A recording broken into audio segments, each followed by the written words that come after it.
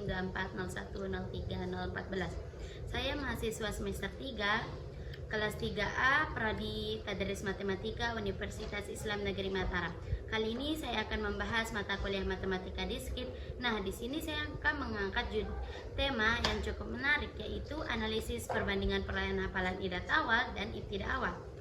Nah, di balik analisis perbandingan ini terdapat peran matematika diskrit, yaitu analisis logika, himpunan, relasi, dan bilangan bulat. Nah, keempat analisis ini akan kita bahas satu persatu. Nah, yang pertama analisis logika, di mana proposisi P jika santri rajin mengulang, Q maka hafalan meningkat. Kesimpulannya P maka Q. Nah, pernyataannya jika santri rajin mengulang maka hafalan meningkat. Nah, di sini kita bisa melihat tabel kebenarannya, di mana P benar-benar salah-salah dan Q benar salah. P maka Q dikatakan benar jika keduanya benar, dan P maka Q dinyatakan salah jika pernyataan P benar dan pernyataan Q salah. Dan P maka Q dinyatakan benar jika pernyataan P salah dan pernyataan Q benar. P maka Q dinyatakan benar jika keduanya salah.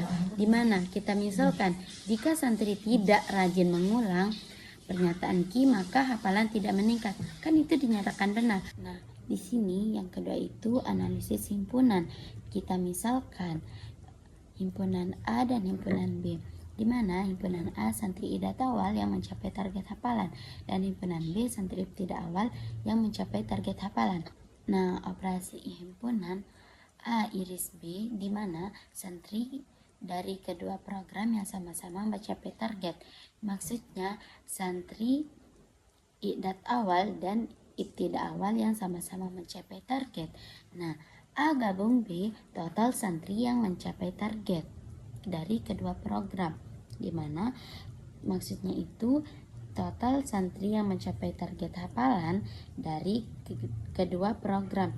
Nah, maksud kedua program ini yaitu baik santri idat awal maupun santri ibtidah awal, di mana himpunan A santri idat awal yang mencapai target hafalan dan himpunan B santri ibtidah awal yang mencapai target hafalan. Di sini operasi himpunannya itu A iris B, maksudnya A iris B itu area tumpang didih atau di tengah-tengah diagram pen yang ini, yang ada titik-titik putihnya ini, itu yang dimaksud dengan irisan. Maksud dari A iris B itu yaitu santri dari kedua program yang sama-sama mencapai target.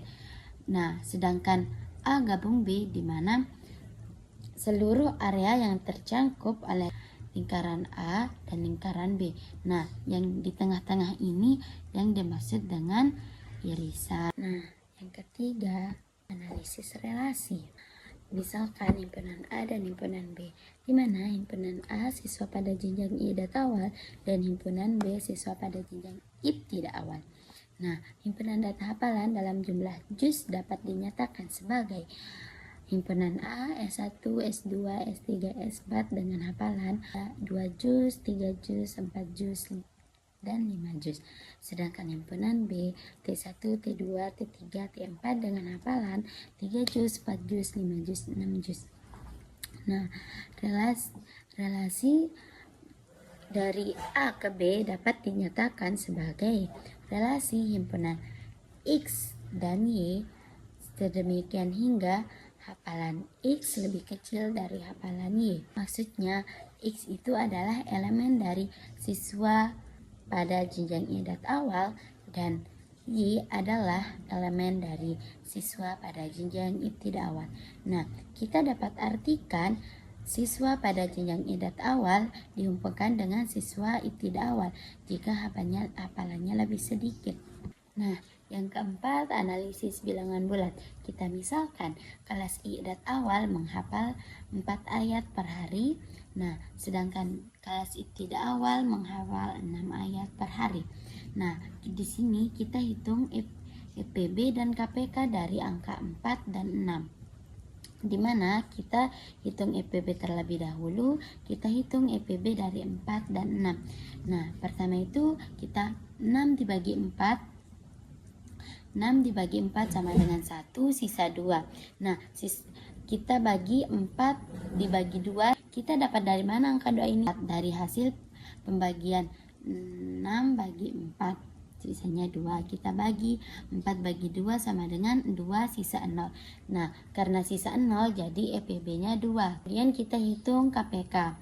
KPK dari 4 dan 6 rumusnya A dan B sama dengan A kali B, di mana A itu kita nyatakan sebagai 4 dan B itu sebagai 6.